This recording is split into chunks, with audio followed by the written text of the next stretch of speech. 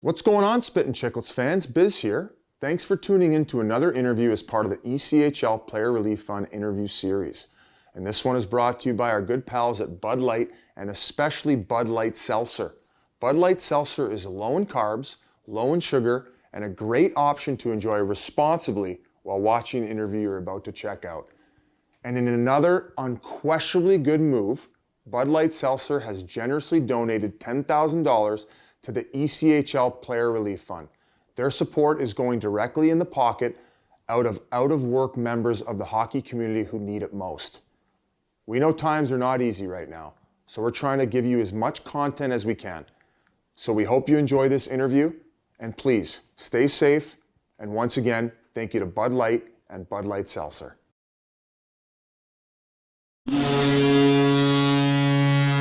Wow. You guys know this is how it starts when you get an idol of mine. We got a guy right now that is one of the best defensemen to ever do it. I got a chance to play with him. He's a member of the Triple Gold Club because he won the Olympics twice. He won the World Championships. He won the Stanley Cup. He won World Juniors. He won MVP. He won a Norris. Holy shit, Whit. Get to the point. My idol growing up, and I told Nick Lidstrom that, but I was kind of lying to him because it was really you, Chris Pronger. Thank you for joining the Spittin Chiclets podcast. He played a little bit more like Nick Lidstrom. Hey, I'll take that. Soft as warm butter. Soft as warm butter, but I'll take it. So how you been? Good. What's going on, dude? Oh man, just busy. You're hanging in St. Louis now. You're here for the All-Star break. Okay. I was with scouting last week, and then prior to that was in Florida for pro and amateur meetings. Oh, so what do you think of being on that side of it now? Like, if you enjoy, like I feel like you picture yourself as a future GM. It's it's 50,000 feet, right? Easy. When you're coach, it's day to day. It's the grind, the monotony, the video, all the stuff that they got to grind on every day, and on the management side, it's, you're looking at players. I mean, you could be talking to teams for 2 years before you make a deal. It's slow moving. Especially now with the cap and where it's at. Most teams are butting close to it and need some relief. They need some young talent to kind of offset the big dogs. So you need something to get the competitive juices flowing again, and you think that might be it? It's hard when you're watching the games and you have no say. Well, yeah, because you'd be on the bench screaming at everyone, "Get the puck in, Whit!" Can't do that anymore from your coach. Nobody's listening. Let alone coach. Try being up in the press box going, "No!" You're seeing it right before it happens. Like, don't do it. Don't do it. No! And but it's life after, right? Let's get into the management stuff later. Let's take it from the top here, right? Yeah, I agree. Born in Dryden, Ontario, and Dryden. You have a brother too. I'm sure you guys used to play quite a bit of pond hockey. We did. We had some pretty vicious road hockey games out on the outdoor rink as well. A couple good stories about that. But is he older or younger? 2 years older. Oh, so he bullied on you? Yeah. Who made you so mean out on the friggin' ice box? Jesus Christ. I think it just came naturally. I'm just an ass. I'm just born an ass. Hey.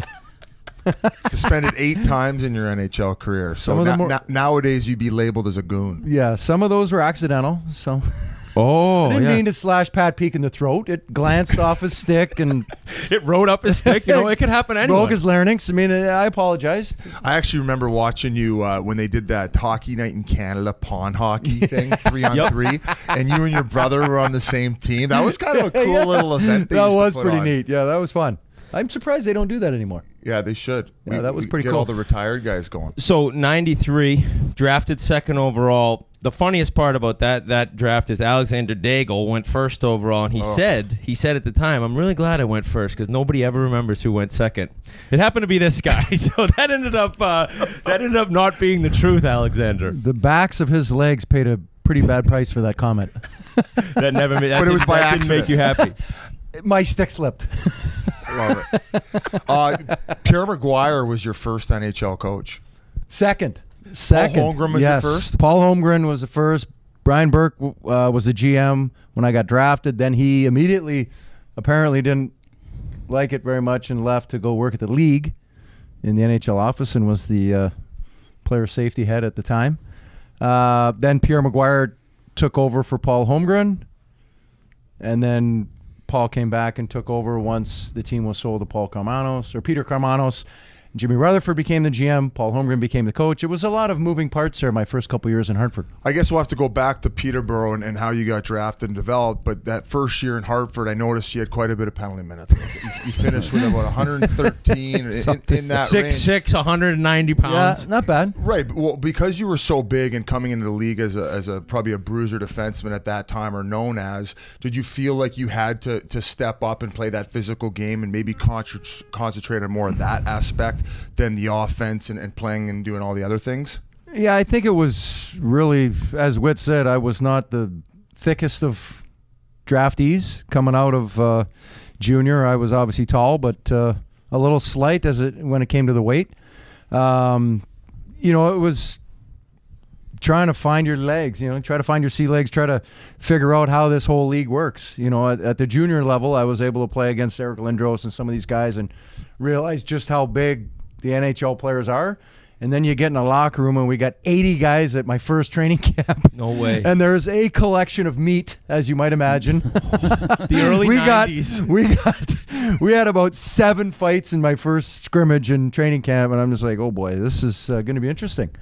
So fast forward, and I'm like 195, 200 pounds and 6'6", a little bit of a beanpole, and just trying to figure out how to play the game at the NHL level and survive. Because I'm big, you're being challenged physically in front of the net, in the corners, and you got to learn ways to still play big but not let people know you're not that big yet. So a little bit of smoke and mirrors, I think, that first year. And then as I got a couple summers of training, things started to come together and I got a lot stronger, and things kind of progressed from there. But that first year was a lot of learning. So there was a chance that you were going to go the NCAA route because your brother played at Bowling Green, and then you ended up deciding Peterborough. Did you know you could be in the NHL at 18, or was it more like, I think just the OHL is better for me? No, I think for me, I had to go back one more year of junior B. Yeah. And you were ready to move on. Yeah, I was ready to move on, and I think had I gone back another year, had I been able to come out that year, I would have went to college. But I had to wait another year. It was a draft year. I think I was rated second overall in the OHL draft and went in the 6th round, and because I was going to college, and everybody to this day still doesn't believe me, but I was going to college. I had recruiting trips to North Dakota. You would have fit in Maine, perfect there. Bunch of meats. Korea was going to Maine then, so I was thinking about going to Maine. Michigan State, Michigan. My brother was at Bowling Green, so I'd already been there a few times, and then I think maybe Denver. Okay. I got to hop in here. We talked to guys about the recruiting trips. Is that what they call them? Yeah, official visits. Official visits. How many did you go on? And I didn't go on any because I hadn't. So you didn't. I had them planned. Those were the 5 I was going to. Like that might make me go back to junior B. A couple official visits. Yeah, I thought had I gone, I think I might have.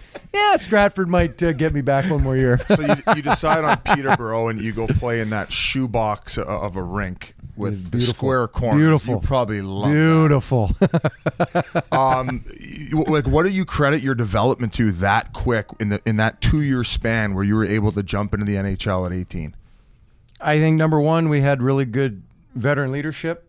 Number two, Dick Todd had been around forever and had Mike Ricci come through and a lot of star players in the NHL and in the OHL.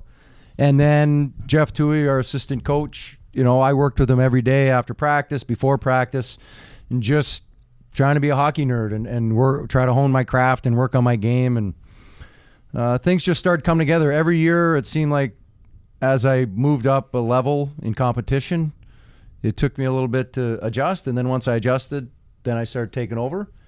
And it was just a matter of continue to move that rung one up to get that competition level and push yourself and challenge yourself to see if you could keep up. Yeah. What about that draft year? Was there any chance you going number one, or was Daigle kind of the whole year? Seriously, like, did you go into that draft knowing no chance? No, I knew. Okay. By the time we got to the draft, I mean, I don't even know I went to a meeting, but I went to a meeting with him like, well, we're taking Then so you can just sit here or you can leave. They make you do the jumping test just No, for fun? I wouldn't do any of that stuff. I'm like, no. And I knew right away. They told me they were taking him. And I think prior to the draft, he'd already signed. So we knew right away that he was going. The intrigue was San Jose had the second pick, and we knew that they loved Victor Kozlov. Mm-hmm. They had already scouted the bejesus out of him, and I don't know, spent countless hours watching him, and we all knew that he was their guy because he was supposed to challenge Deg for number 1 overall in the draft and had a tough year and slipped a little bit. And it was I remember the night before the draft, my agent Patty tells me, you got to stay in tonight. Just don't go out tonight. Come on, the draft was in Quebec City. Come on. Oh, wow. What do you think? I'm going to sit in my room in Quebec City? Exactly. So me and my brother went out that night, and I'm on the dance floor, and I look up, and there's Rick Bowness, the head coach of Ottawa. Oh, no. And I go, I know he's not drafting me anyway, so this is great. That's unreal. So, Chris, you end up drafted by Hartford. Were you just happy to be drafted, or were you kind of bummed out because of the situation with the team at the Where time? the fuck's Hartford? Yes. No, you know what? I wasn't. I didn't know much about it, but knew some of the players that were on the team, and not personally, but knew of them, and obviously watched them play. And I was intrigued by the trade Berkey made to move up to get me, and kind of his vision for what he had plans for in Hartford. And to be honest with you, I just wanted to play in the NHL. I didn't really care where it was. I was just excited to try to make the team and be a part of the NHL and live my dream. That was a pretty young team too. Was there a lack of leadership on that team when you were there? Would you say? No, I think Pat Verbeek was a great captain. He was a madman, wasn't he? Yeah, we had him. We had Andrew Castles. I think just from the ownership, it was kind of hopping around, moving players around and moving pieces around. I think the trade that really hurt him was the Ron Francis trade. Yeah, That'll do it. Yeah. I think that kind of set them back. Where had he still been there, he would have been a focal point of our team for a long time. And they just didn't get enough back for him. So 2 years there, and talk about giving up on a guy quick. I mean, granted, they got Brendan Shanahan, but you're coming into your own, and like you said, it would take you a year or two to figure it out before you started dominating. Were you shocked when you got the news, and how did you find out you got traded? It's so funny. I end the year. This is after the lockout. Then we play half a year. I have a meeting with Jimmy Rutherford, and he tells me, "Chris, we're building around you. You're our core kiss of piece." death. Yep, you know it. You're our core piece. My word's as strong as oak. Jerry Maguire. Yeah. So as soon as I hear that, I'm like, oh boy, this is going to be a tough go. And in my contract, it said I had to train in the summer in Hartford. And I said, Jimmy, I got to be honest with you. I cannot come back here and train in the summer. The city's a dump. I'm 20 years old. It was a tough couple years living in Hartford. I lived with a great family, great friends to this day. They're amazing. But other than that, it was tough. Yeah, there's nothing. I was still 20 years old. I couldn't go out. Everybody knew how old I was. So I was like, thank God there was no social media. Oh, you'd be done. But it was tough. So I was like, you know what? I want to stay home. So midsummer, Paul Holmgren flies up to meet with me, who's still a head coach, and see how I was doing, how my training was going. We go fishing for a couple days. He's flying home. Again, no cell phones. Flying home. And he stops. He flies through Thunder Bay, and he calls back to the office. And Jimmy Rutherford goes, so how was Chris? Good. Well, I just want to let you know, we just traded him. No way. I literally just spent 3 days with our head coach. You're like, what did I say? Jesus. Like, wow, Homer, he really had my back there. Yeah. Yeah. No, Homer's like, why'd you fucking send me up to hang out with him for 3 days? Exactly. So did you think that had something to do with it no, at the time? No, It was too quick. not at all. Not at all. He had just left, and then I got a call from my agent, and I'm sitting there with my friend, and he goes, who was living with me in the summers, and he goes, I get the call, and I'm talking, and I'm like, all right, really? Oh, and all of a sudden my face perks up, and I'm smiling, and he goes, "What's up?" I go, "Just got traded to St. Louis." He's like, "Awesome." Boom. Spin the top off a bottle of whiskey, and I had a great night. Oh my God! But you get to St. Louis and talk about you go from a young team in Hartford with not much success. Now you're in a room with Brett Hull, Al McGinnis. Gretzky was there the first. Was he there? We traded for him. So what a difference! And like, are you going into that room, Pronger, of nowadays where you're loud, or are you just kind of quiet at that point? I can't ever picture you not being very loud in every locker room. I wasn't necessarily loud. I think more so during the game in the locker room. With Furzy, Furzy's quiet and in the zone, but Furzy and Holly would pretty much enough said right there. Yes, Holly took charge of the room. Jeff Courtnall, Al. We had a lot of veteran leadership. Craig McTavish was there. We had a lot of guys. So. I didn't really have to say much that first year. I couldn't even imagine the amount of jokes and chirps going around in the locker room like that. Mark Bergevin was there. So him and Courtnall were relentless on one another, just pulling pranks left and right. We talked to Courtnall about that, didn't we? He was a prankster. Those two were vicious. I think that's when Bergevin was on the cover of the Hockey News as the funniest guy in the NHL when he was on the Blues as like a jester.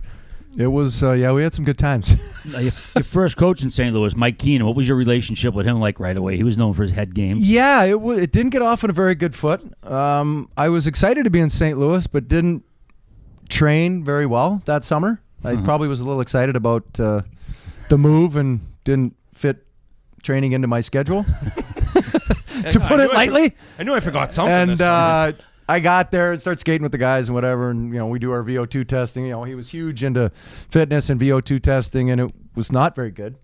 But I always worried about being able to play the game and not worried about that stuff.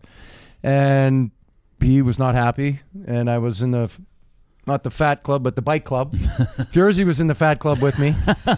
Thrown under the bus. For different reasons. I was always in that club. He sent Furzy home and told him to get into better shape. We were both riding the bike and getting to know one another. But that first year was tough here in St. Louis. It was getting booed every night, traded for a fan favorite. Shanny was beloved here, and it was hard. There was a lot of nights going to the bar by myself after games Thursday and Saturday nights where it was like, okay, just take the pain away. This is brutal. Really? Yeah, but it was tough. Think about it. You're what, 21? I had just turned 21. You're not your dominant self yet. Yeah. Was training something that you hadn't really gotten into yet, being as physically dominant as you were for your age all those years, and then all of a sudden, was that something that just made it click? Because from what I hear, you're known as a workhorse on and off the ice. Yeah, I didn't train a ton. I lifted, when I was in Hartford, but in the off season, I didn't have a regimen. I didn't have discipline in how I ate and discipline in my training schedule and all that stuff. I was still pretty raw and just relied on my talent and my hockey sense to kind of navigate around the rink, and didn't have the physical aspect cornered yet. And he was all over me, and we had a lot of guys in that team that Al was in great shape, and Al introduced me to Charles Poliquin, who became my trainer, and has taught a lot, taught Gary Roberts and resurrected Gary Roberts' career. Yeah. And he's been a staple in that field for a long, long time, and recently passed, so rest his soul. But he was unbelievable for me. When I first met him, he came in to see Al, and I walk into Al's house, and Charles is there. Here, walk towards me. It's like 5 steps from here to that wall. And I walk the 5 steps. He goes, "You got a sore knee? Left knee?" I go, "Yeah." He goes, "How's that left shoulder? You got rotator cuff issue?" I go, "Yeah." 5 steps. No way. Just pinpointed everything that was wrong with me. And then he does the fat test, and I'm like tall and skinny. I'm like, I got this.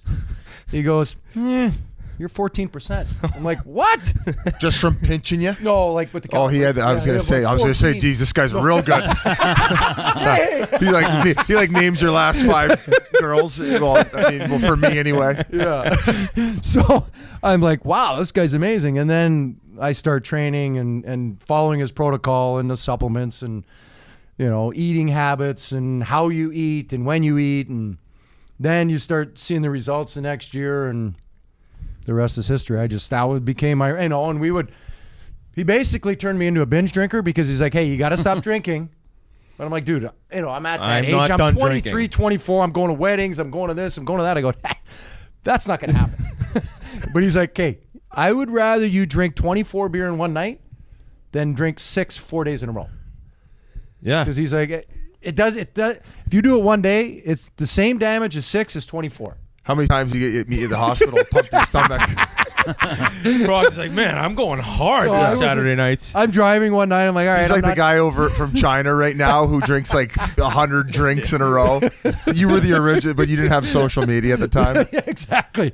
So I go out one night with some buddies, and I'm like, all right, I'm driving. I'm not drinking. All right, this is what this is. I mean, I literally had my calendar and I had X out, no drink. Yep. This is a check mark. So I go out. And I'm like, I'm not a big pop drinker. Soda pop for you Americans out there, losers. Anyways, Pop. You and fucking Pop. It's pop. Calls it pop. it's pop. Go back to driving. So I grab a Coke and I'm not paying attention. I'm not drinking, so I'm kind of like bored. What am I doing? Next thing you know, I got a 12-pack of Coke into me. Next thing you know, I got 6 more. I leave this party at like 2. I wake up in the morning with the biggest hangover I've ever had in my life. That just tells you how much sugar and how much crap is in a Coke. Yeah. It's disgusting. Yeah. So I don't drink pop anymore. Chris, when you were in St. Louis, playoff success kind of eluded the team you had here. Oh, thanks for that. Sorry, but Suck on that one, buddy. can't all be. Hey, President's Trophy. Let's focus on the first round. Thank you for that. Let's Lost focus the on the first round. positive. Don't worry, go- I haven't been reminded of that very often. Let's go back to the pop. Now, like, how frustrating did it get at times? Because you finally won the fans over. They were all over you because you replaced Shandy. You win them over, and then the playoff success didn't follow. How frustrating? No, it was very frustrating. There was a lot of teams where you're like, how did we not win?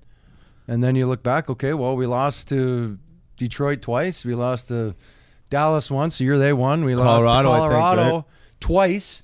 It just wasn't in the cards. It's hard. As we all know, it's hard to win the Stanley Cup. A lot of things have to go your way. You got to have a hot goalie. You got to get timely goals. You got to get some lucky bounces.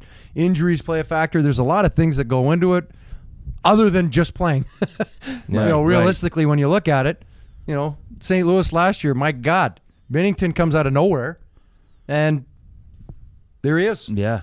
And now he's in the All-Star game, and he's a Stanley Cup champion, and on and on and on. So, Well, I mean, I don't think you'd ever throw anyone down, down the river, but there was a goaltending. maybe I issues, would. I think in St. All right, Louis I was waiting for someone for a else little to say bit, it. I was like, little bit of a time. good teammate here. Hey, he mentions Yeah. Binnington early, but he doesn't mention his goal. He's in St. Louis. well, because they won, we didn't. Had Furzy not been hurt and injured, I think we would have had a chance. Mm-hmm. What's the backstory on that when he did get hurt? Oh, you mean when Kipper jumped on him and So we had Kipper on, and he feels bad. yeah, he felt terrible about it, and so you think I that's pushed him to the right, and he jumped to the left and landed on Furzy, and he buckled back and tore his ACL. And tell you what's more impressive about Furzy, if you haven't seen his movie, watch it. It's quite the story.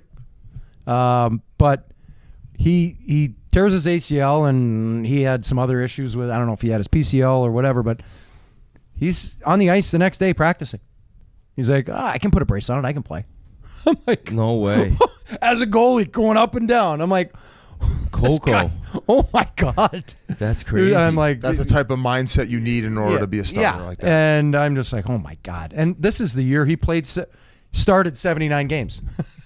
He got pulled in 12 of them or something like that, but he started 79 games, and if we gave up a goal in the first 10 minutes, Mike would just yank him. You guys aren't No ready. way. See you later. You guys aren't ready. That's one thing I want to touch on was the relationships in St. Louis, and that's a great backstory towards that Furzy incident.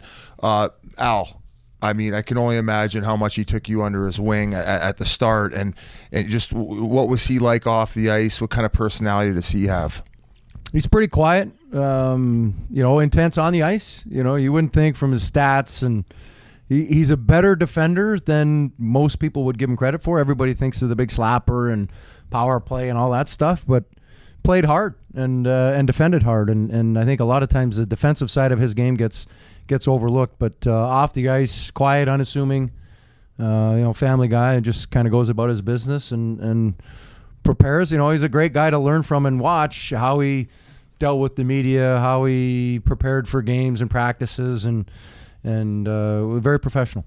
I've always thought that people who know the game, they know how incredible Al McGinnis was, but he doesn't get mentioned a ton by, like, when you're talking about some of the best all-time defensemen, and his numbers are just out of this world. But what about Brett Hull, too? Because we ask everyone, like, when you came over, right? You come over and you're not the star yet. You're not the dominant defenseman yet. So was he hard on you even at the beginning?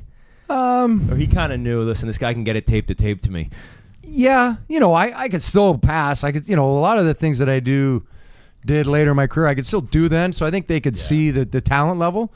I don't know what was said behind closed doors behind my back, but no, he never really. I was Mike's bitch. I was in his office every day after every period. My partner Igor Kravchuk would pinch. It'd be a 3-on-1. I would slide. They would score backdoor, and he'd go, "Why didn't you take the backdoor guy? What are you doing there?" He pulled me in the office for that. I'm like, how about you talk to my partner about fucking pinching? Did you ever give it back to Keenan? Did you give it back to him? Yeah. See, I don't. Oh, no. When I got traded there, I talked to a lot of guys that played for him in New York, that played from other teams, and they're like, hey, you got to tell him to F off back. You got to. There's So the no first other couple way. times, you're trying to be respectful of your coach. You're trying to, he's the power behind the bench. And then ultimately, you're, all right, listen, how many times can you pull me into your office and tell me you're going to trade me? Fuck, I mean, come on. Like, either do it or fucking stop calling me in. Finally, towards the end, as I'm losing my marbles, and I'm like, all right, this is ridiculous. I almost got into a fight in the parking lot with a fan after a game who was motherfucking me. So I'm like, fuck this. He starts chirping me. I go, you know what? Just fucking trade me. Yeah. Just take the pain away. Some people don't. I can't handle this place. Some people will never realize like the emotional pressure that comes involved with, well, just like being a second overall pick. Now all of a sudden you've been traded for Shanahan, who is loved here. But hey, as maybe hard as it was at the start, things got very good here. You end up winning a Hart Trophy. Yeah, no, absolutely. And I think, people want to talk about the good times. And when you bring up the bad times, they kind of, oh, really? Everybody who's gone through, they always have adversity and they always have challenges they got to overcome. It just so happens that mine were different than some other guys in a different way. Some people have physical issues, and I did later in my career, but early on, a lot of it was mental and understanding what you had to do to be effective and how you needed to play, how you had to prepare, how you had to bring it every single night to be this guy. So I just wanted to ask about the Hart Trophy season. Going into that year, that off season, was there anything different that you did? Talk us through. Yeah, I think, you know what, that was probably one of the only summers that You didn't drink? I wasn't hurt. No, I drank. That was probably one of the only summers where I wasn't injured, where I could just train and not rehab an injury, rehab my shoulder, rehab this, that, or the other thing. And I got after it. I was in the best shape of my career. I was strong, man. I was picking guys up with my stick and tossing them. That's as strong as I've ever been. Is that's a Paul Quinn, if I'm saying his name? Yep. That was, so you're already with him at this point, right? I was with Charles. This is probably my third year with him. So it's all now coming starting to take together. hold. It's maybe my fourth. Yeah, I think it was my fourth year. So it's all starting to take hold. The training, the methods, the eating, all that stuff, and that was you were the first defenseman since Robert Gordon Orr to win the MVP. You ever heard of him? Yeah. The game just slowed down. Yeah. That year it slowed down. Strength, Yeah. skating, everything. Just and then Al got hurt, and we didn't skip a beat. It was as far as the season. If you look at my stats, point wise, it was obviously my high. My penalty minutes were down a little bit, I think. I think my ice time was up because Al got hurt. So there was a lot of factors that kind of played into me winning. And realistically, the only reason I won is because Jagger got hurt, and he missed, I think, 12 or 15 games. So the Pittsburgh writer didn't vote for him. That's how I won. Jesus. Oh, he must not give him an interview after the game. Well, or something. I'm sure that probably played into it, but Or he crushed his old lady or something. So He saw Yags leaving his house. He's like, what the fuck? So after Keenan, you get Quenneville. Is that like going night and day? Was that like salvation fire after Keenan? Yeah, it was. I think when Joel came in, he was trying to be himself, and be different than Mike. I think he wanted to try to establish a relationship different than Mike, and obviously the way he played, good stick, and the way we defended was different. Mike was more of a motivator, not much of an X's and O's guy, and Joel brought in systems and brought in, a hockey sense into the game plan and how we played and why we played a certain way, and tried to bring everybody along for that. Plus, he wasn't bringing to his office every day either. Yeah, plus I wasn't getting bitch slapped, so that was nice. Well, that's probably something where he goes in like, I know what Prongs was dealing with before. Well, and he also was in Hartford when I got drafted. Then he got hired by Colorado as an assistant with Crawford. Oh, okay. Oh, so he won a Stanley Cup there as the assistant. He was an assistant in Colorado when they won. All right. So, like the end of St. Louis, give us that breakdown, how you end up in Edmonton and what all happened there. I knew I was being traded. I knew they were shopping me. Edmonton at the time was not even mentioned to me. There was 4 or 5 teams, Florida, L.A., a couple other, maybe Boston. This is pre-Chara. This is right before they got Chara. So there was a few teams that were bannered around by my agent. These are the teams that have interest in you. And then I'm at a 30th birthday party. And obviously had a couple. You've had some wild trade stories, man. Going and I fishing get a with call. The coach. I get a call. He's waffled every time he gets traded. I get a call, and it's my agent saying, you've just been traded to Edmonton. I'm like, what? When did they get into this? They weren't on the list. I'm like, They have a team. I didn't have a list. I'm saying the list that you're hearing. Oh, yeah, no. And I'm like, what? But before we even get to that, why did you know you didn't want to resign, or why did you know you were going to get traded from? Well, I knew they were shopping me. The owner was going to sell the team. Oh, so my contract was up, but I could have taken my qualifier. We'd just gone through this lockout. I was told, well, once the lockout ends, we'll know what system we're in, and we'll talk extension. Well, then there was a few choice words said about me, and I didn't take kindly to it, and there was a lot of back office stuff that I was not a fan of regarding me over the years, and I just had enough, and I said, fuck it, go ahead. Yep. Trade me right fucking now. Yeah, pretty much. Pretty much, because my agent had been hearing it for 4 years, and I'm like, I don't know why I'm the bitch. I'm the best player here. Like, why am I getting worked over by the management? Right, Yeah. right. I'm doing what I'm supposed to do. Anyone else got a Hart trophy on this locker room, guys? Fuck you. But I mean, I don't like talking about myself, but I was the best player on the team, and the way they were treating me, it wasn't. And listen, there's double standards, but I don't need somebody kissing my ass. But don't treat me like a piece of shit. Right, Correct. right. And Don't make me the issue. yeah, and there was a lot of shit said about me to my face, kind of, but not. That was bullshit. And I finally told my agent, all right, finally I heard a story about the president talking about me, telling me I was going to be too old. Now he's going to be too old. Free agency's going to be 27. Oh, he's going to be a fossil. Wow. He's injured all the time, this and that. I'm like, oh, really? See ya. So I told my agent what I heard, and I'm like, I've had it. I can't take this shit no more. So did you welcome the trade to Edmonton? I welcome the trade. The second part of the sentence. I welcome the trade just because it was different, and I just needed a different outlook. It was a mistake signing the 5-year deal. I should have just signed my qualifying offer, played the year, and left. I got sold a bill of goods on some other stuff, and my knee was a little sore, and I was like, I'll take the money. Take the guarantee money. Yeah, and I shouldn't have. That's partly my fault. I was sold a bill of goods. That's my agent's fault, team's fault. Why do you say it was kind of a mistake? Because you think after having so much success in Edmonton, when you guys ended up going to the finals, that you could have signed for more? Well, I could have signed for more, but it would have gave me free agency, and it would have gave You wouldn't have looked like such a bad guy. First off, I got fucked. Coming out of the lockout, there was 3 guys that were going to be unrestricted if the rules went into effect with the way they were. Marty St. Louis, Sergei Gonchar, and me. And they said, well, we're going to stick with the current rules this year, which made it 31. So the 3 of us could not be free agents.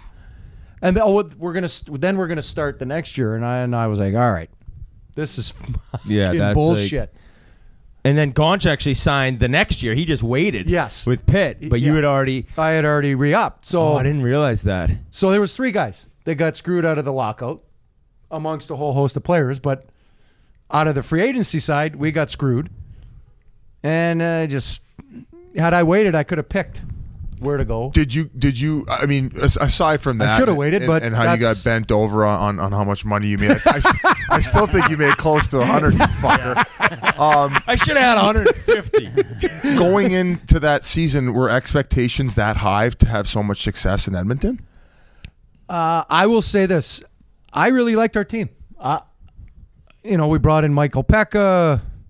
As the season went on, we brought in Jaro Spacek. Jason Smith was solid. Jason Smith was solid. Matt Green was a young kid coming in.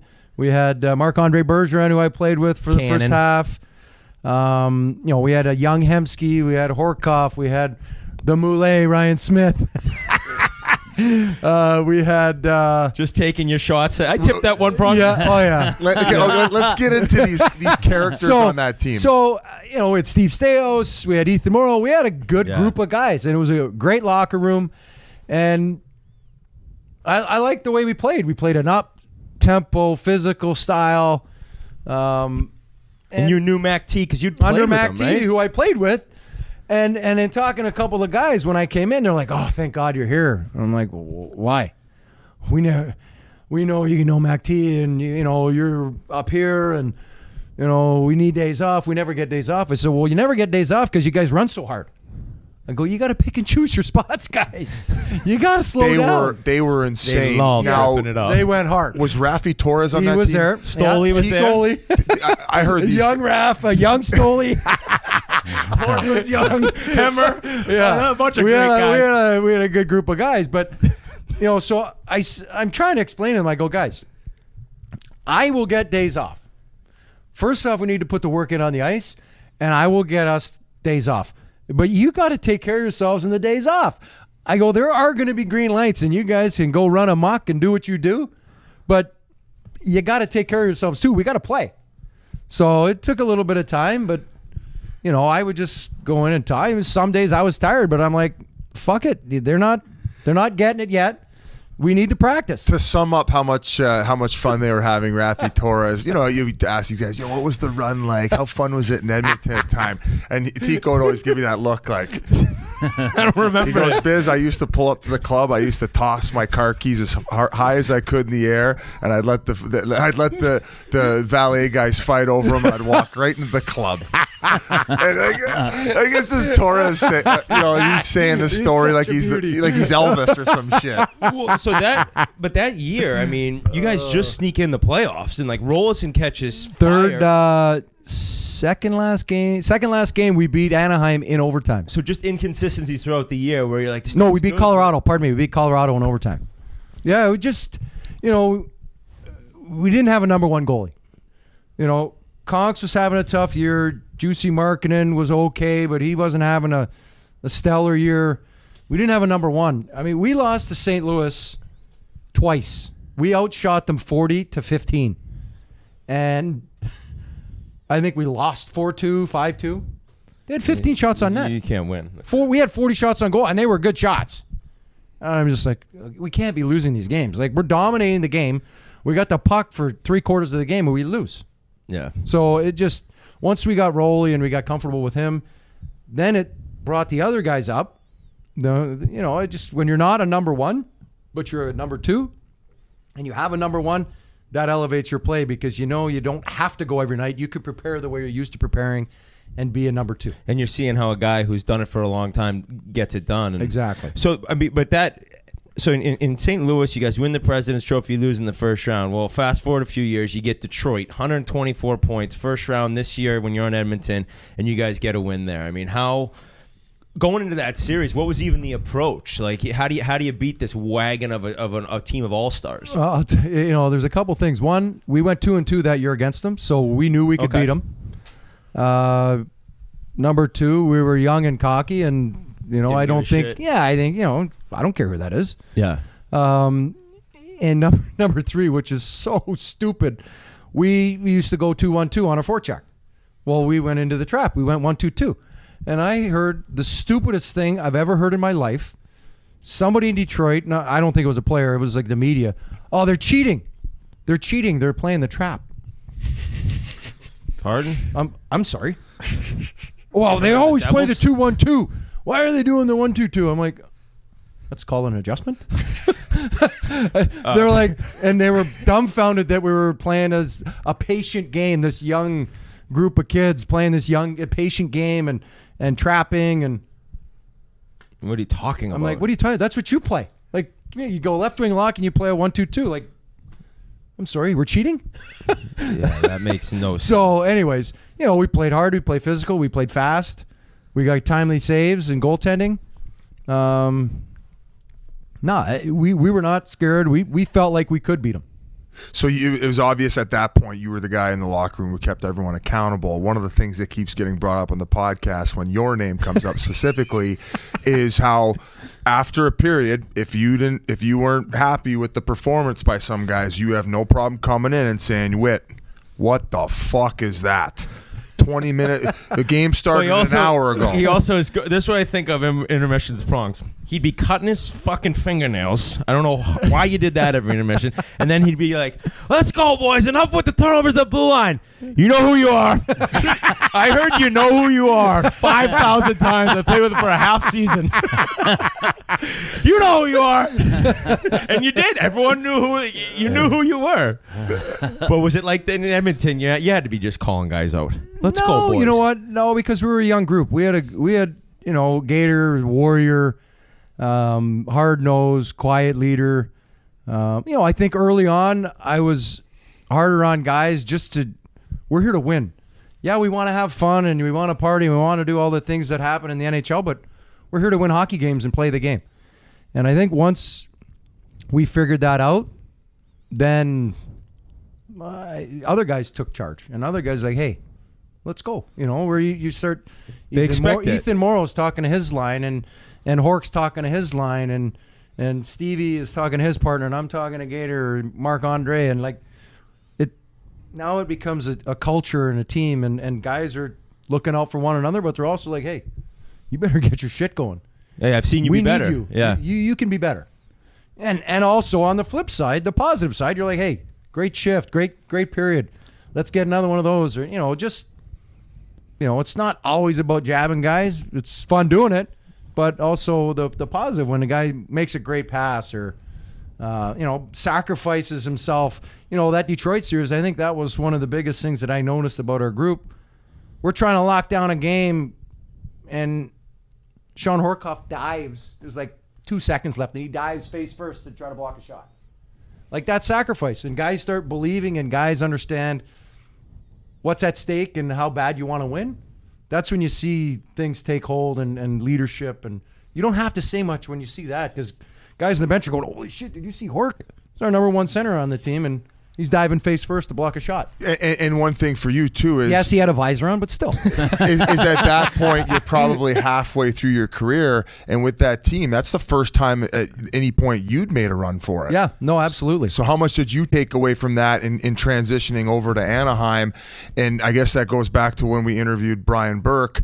What's up? No, I got more questions about Edmonton. Okay, all right. Well, He wants to segue. I got more questions. I was just going to pump his tires in the fact that when you did end up going over to Anaheim, Brian Burke, when they had their meetings to address what they needed to address in order to maybe get over the hump, they said, what do we need? And Brian Burke's answer was Chris Pronger. Yeah. Well, and they got him, but we'll get there. My question is, you get to the finals, okay?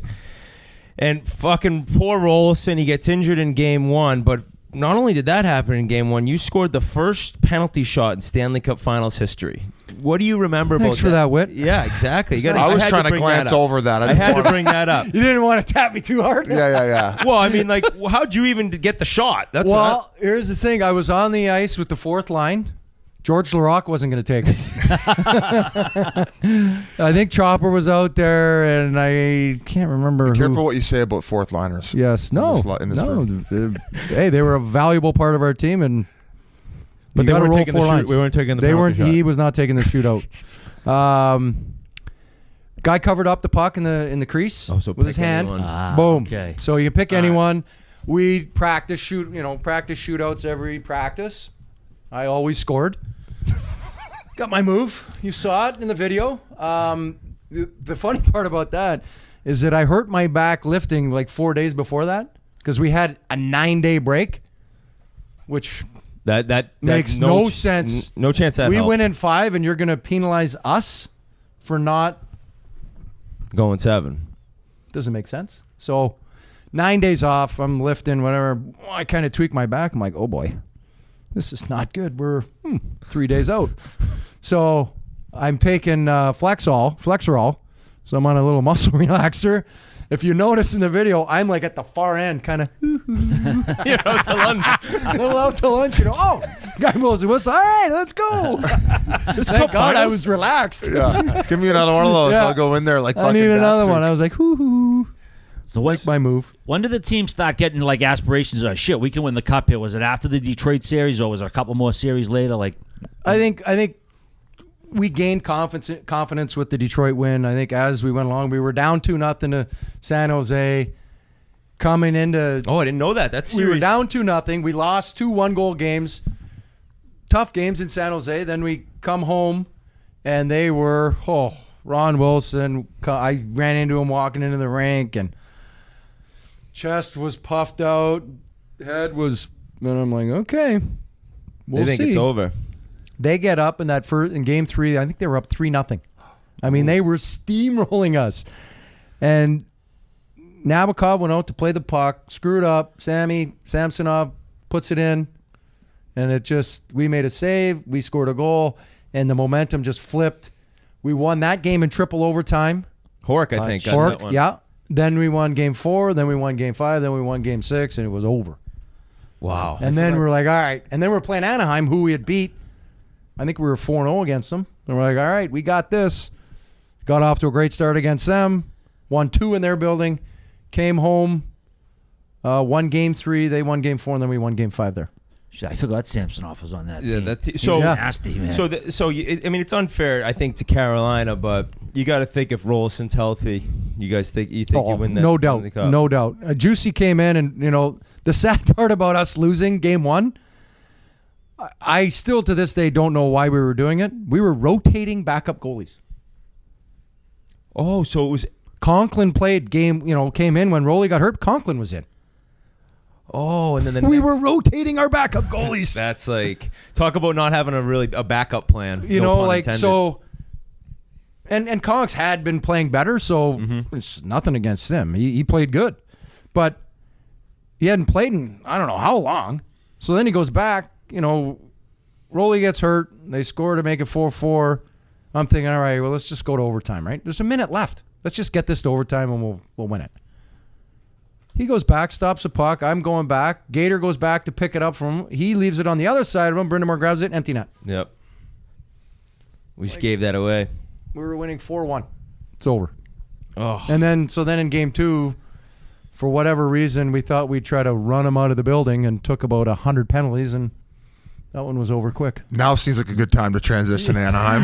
Do you- This is getting depressing. Do you think that? Thank you. I know you're biased, but do you think that might be the most underrated Stanley Cup final this century? I feel like people don't talk about it because. Century? That's pretty heady right there. Well, no, just the 2000s. No, I think That's a decade, isn't it? yeah. Isn't century last time I 100 checked- years. Last time I checked, two but yeah. decades. Century's 100 years. No, I mean this century, meaning 2000, not in the 1900s. Like from 2000 okay. till now. Okay, That's all. okay. The last 20. I think a lot of times it gets lost in the shuffle because of the year before there wasn't a Stanley Cup, Right. And then it was the Calgary Tampa series, and then it was good hockey. Yeah, it like was. when you look at how some of the games were won. Fernando Perzani scores in overtime in Game 5 in Carolina, shorthanded to win it. Stevie Stais is in the box going, holy shit. And next thing you know, woo-hoo-hoo. Good thing they weren't doing the storm surge back then, God, I made it chop somebody's head off. Oh, are you not down with the boys playing dodgeball? I'm okay with it. That's Yeah. fine, but not when I'm out there. Yeah. Now that you're retired, you're cool with it. Yeah. Well, I'll do whatever you want, but if I'm playing, it's like them doing the Michigan. Go ahead and try it. You'll take the one guy's wrist. You're gonna get some lumps somewhere, and it may not be on that play, but you're getting it. You're gonna learn very quickly. Don't do that when I'm on the ice. Yeah. All right. Well, moving into Anaheim, had you requested the trade even before playoffs, during playoffs, or was it right when the season ended? No, they knew. Okay. Yeah, they knew. So which is almost harder for you as you guys go on. You're like, oh, geez, Well, this is you're in gonna... the finals, and you're like, okay, we got a legit chance. You get into Game 7, you're like, all right, we got this. Like, we're building steam. We're starting to, Juicy Markkinen's playing great in net. Everybody's kind of over the first couple games in Carolina. We win that great game in Game 5. We steamroll them in Game 6 back home. We're like, all right, now we're rolling again. And they score a shitty goal like 8 minutes into the game. And then then they score again. We score to make it 2-1. And then we had a 5-on-3. I don't know. I don't even know if we got a shot on net, which sucks. Looking and back. then they scored a late empty netter, and it was over. But we just couldn't buy a goal. What was the reason you wanted to leave Edmonton? Were you just kind of over the weather and maybe where the direction of the organization? Just a number of factors. Family. I was sold a certain bill of goods that wasn't accurate and just wasn't working out. It just... At that time, did you have a list, or was it still? It could have been anyone. I didn't have a list. No. So- Edmonton went by the teams that expressed interest and dropped a piece of paper. Here's what we want. That's what Berkey told us. Berkey said they put down what they wanted. They wanted Lupul, Ladislav Smid, the picks, and they said, okay, let's do it. I almost got traded to Toronto. This close. Oh, Jesus. They were they offered Stajan, and Edmonton wanted Steen, and they said, no, we're not doing that. So Which is weird because I believe Steen was a throw-in. No, then they immediately later that summer traded him to St. Louis for Stempniak. Correct, and the story goes that it was a Kolyakovo deal, and they called and said, "Hey, I heard that things aren't necessarily going that well with Steen right now, and we can get him as a throw-in," and they had him throw Steen in, and I mean the rest is history. Yeah. So it was Caberlet, him, and 2 firsts. Well, there you have it. You And now never know. And all of a sudden you're in Anaheim. You're going 364 and a half days of sun with 1 morning of drizzle. That's not bad. Yeah, like hitting the lottery. Wearing your Tevas to the rink every day. Shorts and flip-flops. And you go from having Al McInnes early on in your career. Now you're playing with another guy, Niedermayer. Now this guy is effortless. Just one day, I wish I could skate like that. Just one day. Remember the little sweat? He'd have a little dime size. I remember in the Olympics in 2002, we were in elevation in Salt Lake, and he's out there. He takes a 2.5-minute shift. He's gone through 2 partners. I'm supposed to be up, and he just changes because he felt bad. He wasn't even tired. I'm taking a 30-second shift going, I gotta go. Let's go. And I mean, he's just out there skating around, Norm just kind of cruising. You're like, oh my God. So you guys, were you paired together during that season? No, They split no, you it guys was up? him and Bosch, and then me and Sean O'Donnell, and then Huskins and Joey D. That team beat the shit out of people. We had a tough team. Like that was like, I think that was your highest penalty minute season as well, was it? No, was it I had 1 year here. I had 180. Oh, okay. But I had a few. It was you think about it. We had Fedoruk got hurt, so we made the trade for Peros. We had Sean Thornton. Then we got Mayday. We had Odie. We had Bosch. You start going down the list. We had a good guys that could play. And you went from managing the young guys in Edmonton to maybe manage a few here in Anaheim. Yeah, we had Getsy, Pears, and Pens. Oh my God, those 3. What were those young bucks like? Were they doing the same shit? You know what? It was trying to, but like Edmonton all over. Just hey, there's a time and a place, boys. I get you think, and now they're probably looking at it like, oh, now I know what they're talking about. They're the same age now where it doesn't happen every year that you get this type of team, and it doesn't happen every year where you have a legit chance and you can do it. Like Penner had 20 goals in the first 50 games, and then he just pulled up on the gas like, I got my 20. And Marchand goes, hey, you have a bonus at 32, right? And he, but he'd already took like 12 games off, right? Finished with 29. Oh, Jesus. Like, come on, Dustin. Come on. That's why they have bonus structures in contracts. So guys, there's Keep them going. Yeah, they got to keep them going. What was your first impression of this guy here when he ended up in the room? Oh, we were paired together. I was carrying him. He was lugging the mail. Well, actually, I was called by the Hockey News a poor Chris Pronger, so I still have that hung up. I can work myself over to seeing that cutout before my draft.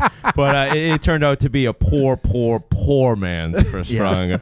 What about you and Randy? How'd you guys get along? Oil and vinegar. But I liked Randy in the sense that he was detailed and structured and wanted to teach the young guys how to be professional, how to train, how to prepare for games and things like that. And then there was the other side where we just, I like him, but we just butted heads. And, playing the game, you don't have to get along with everybody. You don't have to like everybody or whatever. It's not all kumbaya all the time in the locker room. But when you're playing the game, you appreciate his detail, you appreciate his intensity, and you appreciate the way I like the way he wanted us to play. That's the way I like to play, and it suited my game. And you guys end up getting over the hump. You win your Stanley Cup. I mean, we got to dive into that a little bit. Yeah, it was.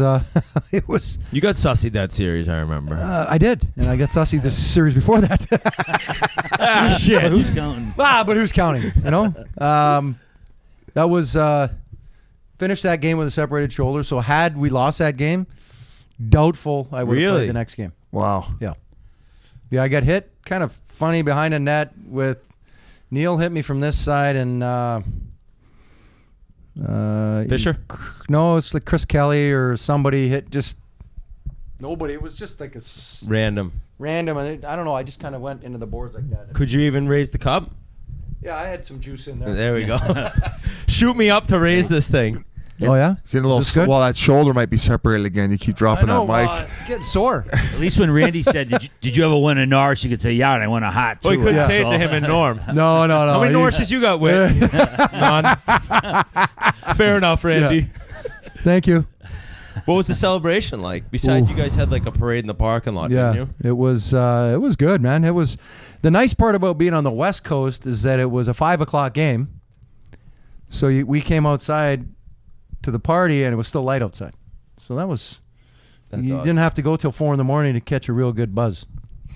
How good was Jiggy, man, in playoff Jiggy time? was awesome, and to go through what he went through in the first, at the end of the season with his son, and in that first series, not knowing what it was, I'm sure was tough on him. You could see his head was elsewhere when we were practicing. Right. He was there, but he really wasn't. Which is why they made the right move in starting Bryz, and it just there. When you watch the games and you're there and you're seeing it, you're like, okay, you're waiting for the moment when they can pull Bryz and put him in because he's our number one. We're riding Bryz because he's playing good, right? But at some point, the other guy's going in. He's going in. It's just a matter of time. It's just a matter of when. Oh God, we got to dive into Bryz too, man. That guy is just a special human being. probably the weirdest player I've ever played with, hands down. He's a different breed. He's a goalie, but to another level. Oh man, yeah, he's like that's describing it perfectly, I would say. Yeah,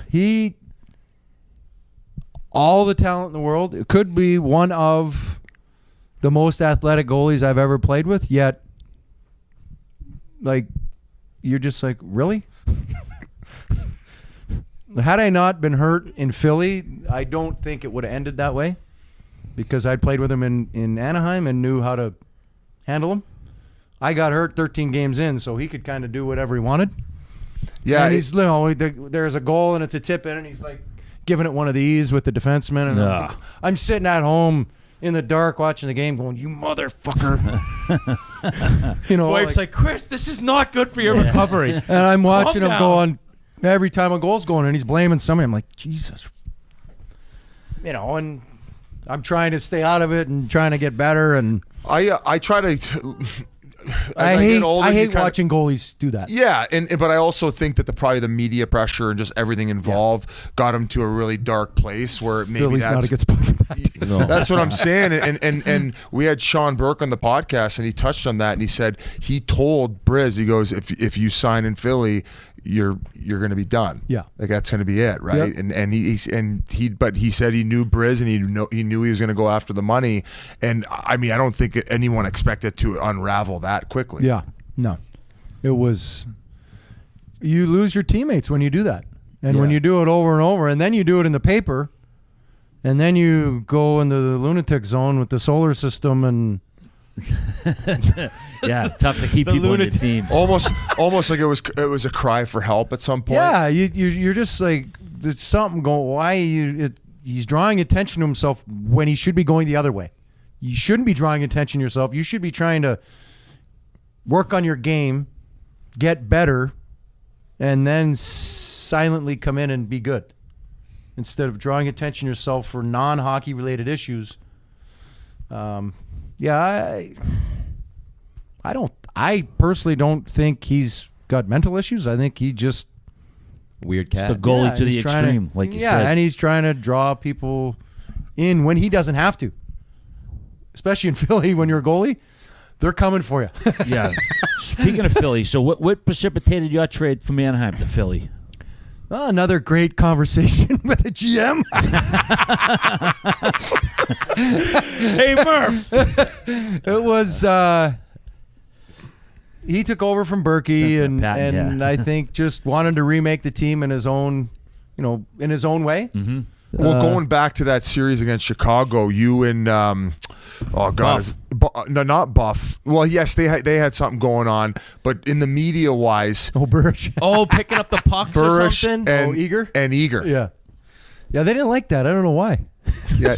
You picked up their because now I everybody. didn't realize. Now, where does it say on the puck that is there a rule in the book that says the winner gets to keep the puck? Did you have like Fair a big bucket question. of pucks in your garage? Is there a somewhere? rule? I last time I read the rule book, there's no rule in there that says when you win the game you get. Well, the they puck. might put one now, the prongs rule, because now it's clear that you did it out of spite and you were bitter about the game. But it's funny because the media gets around with it. It's another storyline. Did you purposely do that just to try to get in their kitchen? I did it the first time to piss him off. Yes, the second time I had him pissed off, and I'm like, Well, and when a team, they always do this stuff after the games, and they show here's the board, we're keeping pucks. I'm like, you're not getting this puck. It's going to be a fake puck. First game we lose, it's over. They're gonna snap. Yeah. Safe to And say. I wish I would have kept game one. I never did. I got it. I got in the room and I just chucked it in the garbage. I kept game two. I still got it. I should have brought it. What about Got it. game It's a 6? paperweight. Biz is like, we could sell should that make thing. a Biz 20 promo code presentation on it. to the Blackhawks organization. Say, you know what? After all these years of hurting my feelings, I'm finally ready to I'll let this go. relinquish your And then he puck. spikes it. Yeah. Everybody still thinks I had game 6, but I wasn't even on the ice, so how could I get it? Nobody even saw the thing go in besides Kaner. I want to go back to the series Please do. against the Bruins. Had you ever been part of a comeback like that before, down 0-3 and coming all the way back? Not 0-3, down 3-1. Okay. Yeah, in St. Louis here, we beat Phoenix. They were up 3-1 against us, and we came back and won. No, it was. But you know what? It's funny. We were down 3-0, and we easily could have been up 3-0. Like they were super tight games. Both teams were playing good. It just they got the bounces when they needed them. And once Richie ran over Krejci and screwed up his arm, they didn't have the depth up the middle. And we kind of took over from there and won game 4 in overtime, and then kind of took charge of the series from there. So, unfortunately, like not for most guys, the careers end in a tough way. And glad to see you doing great now, but there were some tough times, huh? And why don't you fill everyone in for what happened? I think it was a stick in the eye, and No, I got a stick right in my eyeball as the stick was coming up. I moved. If I had not moved, it would have probably shattered my orbital and all that stuff, but may not have done as much damage. The brunt force of the stick was totally into my eye. I had like a 1-stitch cut, and the rest of it was trauma inside my eye. I mean, it was bleeding, and so I had a vestibular concussion that I got diagnosed with later. Obviously, I had some eye trauma. My eye was blurry and a bunch of other stuff, but yeah, that was nice. What's the very first thought in your head when that happens? Like, When I got hit, yeah. I'm like, fucking get off the ice. Yeah. Get off. You go. you get hit like that and you go down for like that split second. You're like, fuck. And you're just like in your head, you're like, get off the ice. Just do not lay on the ice. Get up and get the hell off. And figure out what's going on, because I just couldn't see. And you're kind of not opening your eye. You're kind of looking for blood. You don't know. You know it hit you in the eye, and you're like, oh, fuck. What is the outcome of this going to be like? Right, Jesus. So it was, scary initially. But How old were you at that time? 37. So it's like, did you have any idea at that point? Like, when did you realize, all right, I'm probably done? Well, I get hurt. I lay in bed for 9 days, try to get the swelling out, putting these drops in to get, flush out the blood. Then I had a bike in my house, so I rode the bike for 5 minutes, like super slow. Then I went outside for a walk. Then the next day I went on the ice at the rink. And then the next day I practiced, and then the day after that I played. So 9 days in bed. Yeah, so I didn't feel good playing, but I'm like, well, I just took friggin' 2 weeks off. So I'm thinking, in my head, I'm justifying it as, I'm lightheaded, I'm a little nauseous. I'm like, well, I'm out of shape. You can spin it. That's how I felt every training camp. 7 trips Back to to, Vegas. this is normal. This is normal. I feel nothing. How'd you play those games? Do you remember? Yeah, I was all right. I wasn't great. The first game was actually in Tampa. When you held it? When we held it. Oh, yeah. And we were like, all right, here's how they're going to do. They're going to stand there. And That was we're like, all right, embarrassing. we're just going to stand here. And he see me one time, I'm like, come on, Marty. And he's looking over at the bench. I go, you don't have to look at him. You can come on. Come on. So that one game was nothing. Like, it was a no-hitter. Then we went down to Florida. I think we won that game. And then we went to Carolina. And then I slid on a 2-on-1. It's weird. Like, you slide a 2-on-1, and, it was fresh cut.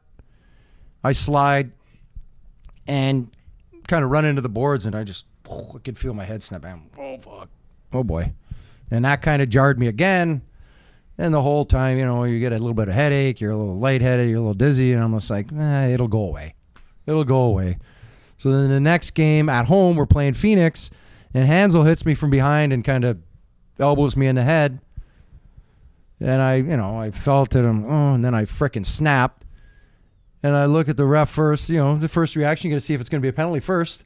I look, and instead of freaking attacking him, I go right at the ref. I'm like, what the fuck? How is that not a penalty, you fucking stupid idiot? Hands like, yes, he's not going after me. As only I can. And, which normally I would have went the other way, but this, I just, you start doing stupid shit. And I chased him all the way to the penalty box. He's like, get away from me. I'm like, no, why is that not a fucking penalty? And then the last game was in Winnipeg. You know how loud that building was? This was their might have been their first year. It was crazy. Yeah, their first year. It was their nuts. first year. It was so loud. So loud. And I was like, so loud. And I'm like, I got a headache. I'm lightheaded. I was doing shit on the ice. I remember Tanner Glass had a coincidental penalty, and I knew he was in the box.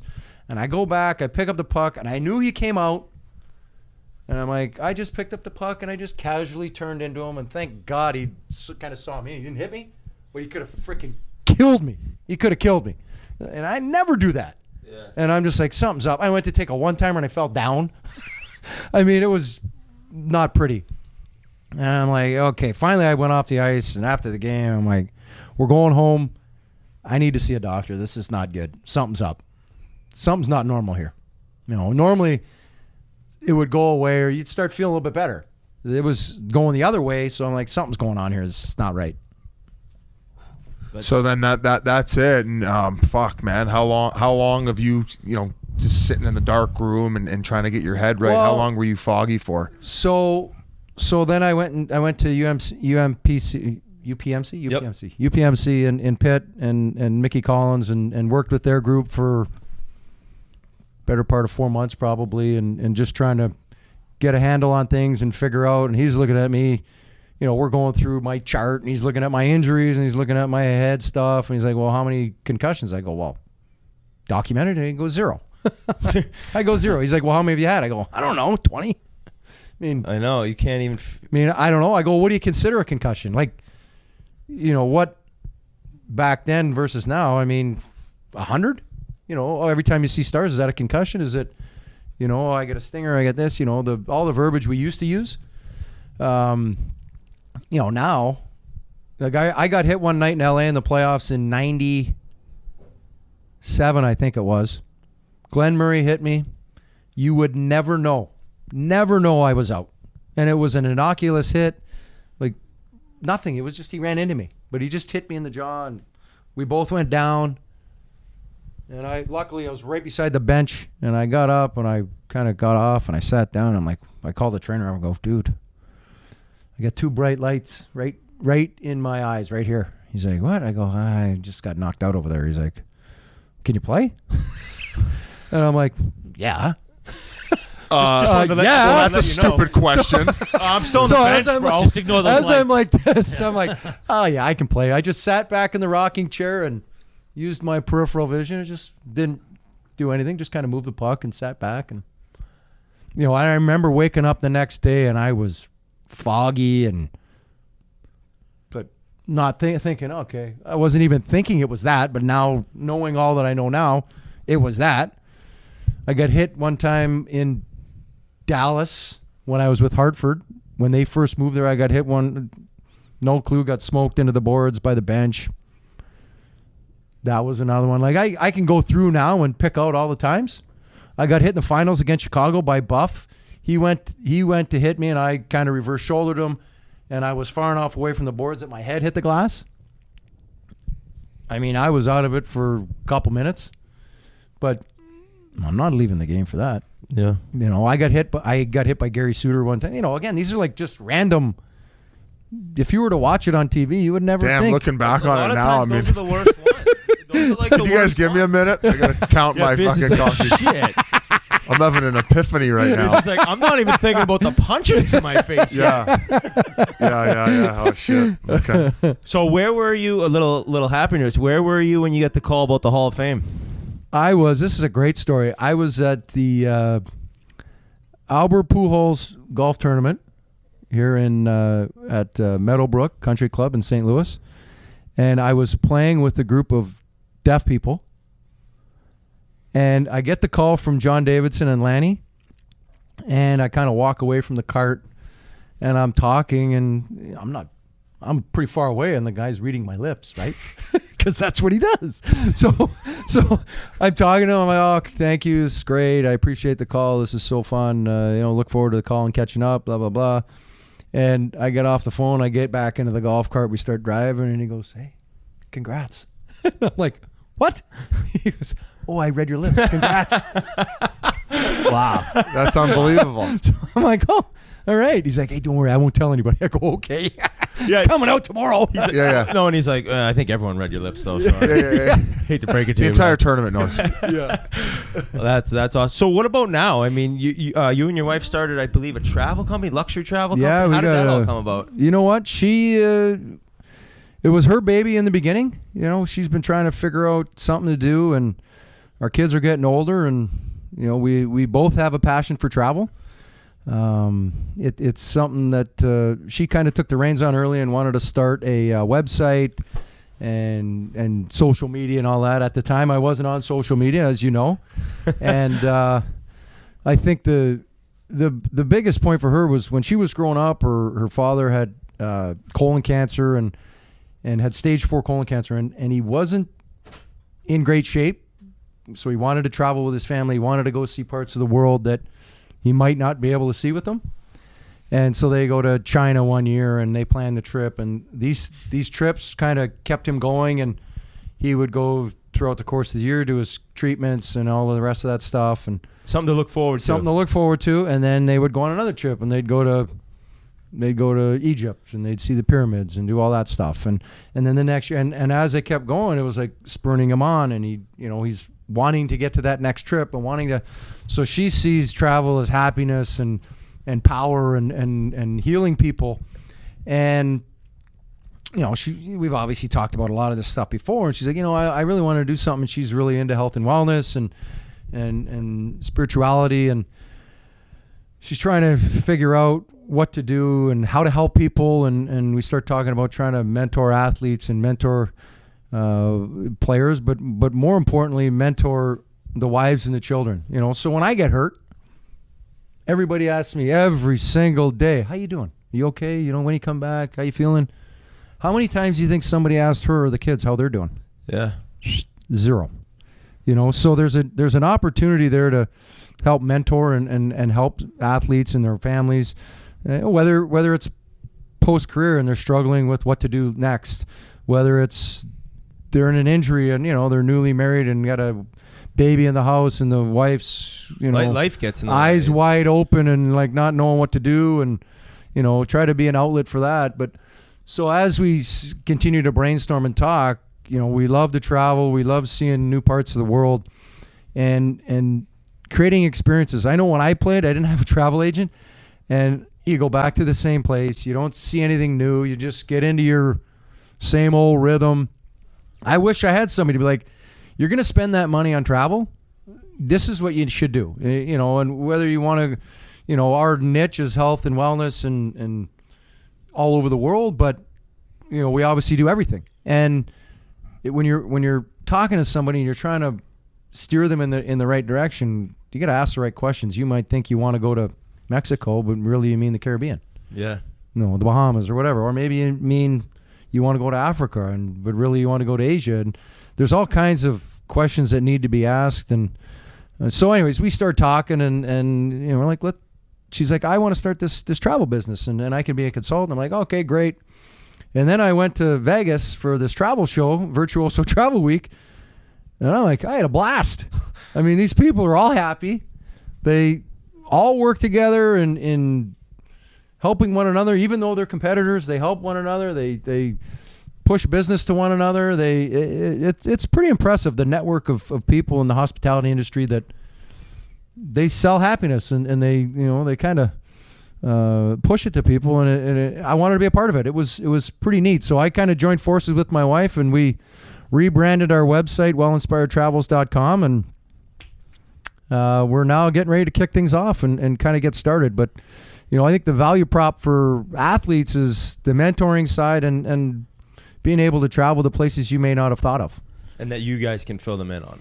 Yep. We can fill them in on. We've got a great staff underneath us doing the bookings and doing all that stuff. And it's going to be great. We're excited about it. We're just getting things started, and she's passionate about it. I'm passionate about it. We're invested and want to. I think another important part of it is philanthropy, and we're donating 5% of our commissions to World Pediatric Project, which is an organization with one of their headquarters is here in St. Louis. They travel to third world countries and bring teams from the States down to do surgeries and help those either that don't have the medical needs or don't have the money necessary for situations and various medical needs that either can't be handled by the medical staff there. Sometimes they'll fly them here if it's a more needy situation, but we're excited to partner with them and help raise awareness about that. I got a two-parter. What's the favorite place you've been so far, and what place are you looking forward to go to the most? Favorite place? I think it all depends on what you want to do. Okay. I was just down in Cabo after Christmas with my family, and we went to a couple great spots. Went to the new Ritz-Carlton Zadoon, which was fabulous. Went to great spa, great fitness. A lot of and what's neat now is because health and wellness is growing and that industry is growing leaps and bounds. When I was traveling, when I was playing, you could barely get a gym in a hotel.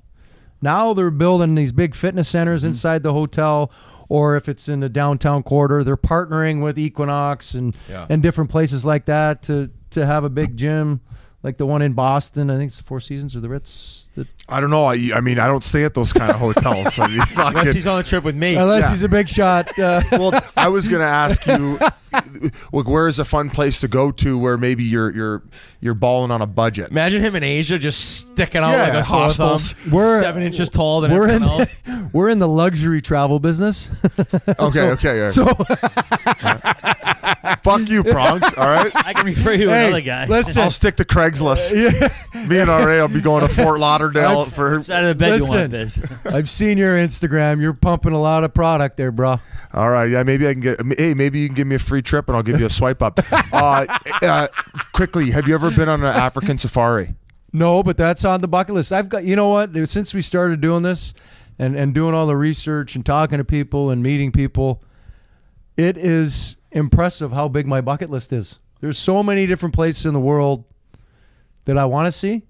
There's a handful that I definitely don't want to, but there's a lot of places in the world. I've been to Europe, and I haven't been to the Middle East. I haven't been to. I've been to Japan a couple of times. I've never been to China. Never been to Australia. Be another one. Terrible. What's going on there?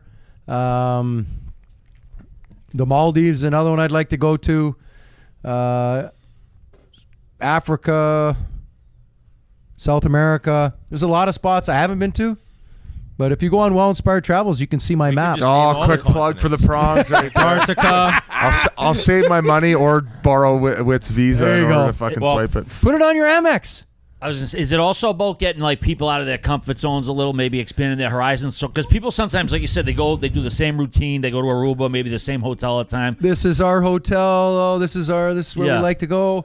Absolutely. And by the way, I was the exact same way. We used to go to the same spot. It's either an easy flight or you like it there. You don't want to try something else because It could not work. spot. Because it It could not works. work. Yeah, because you're like, shit. What if it does? What if it's not as good?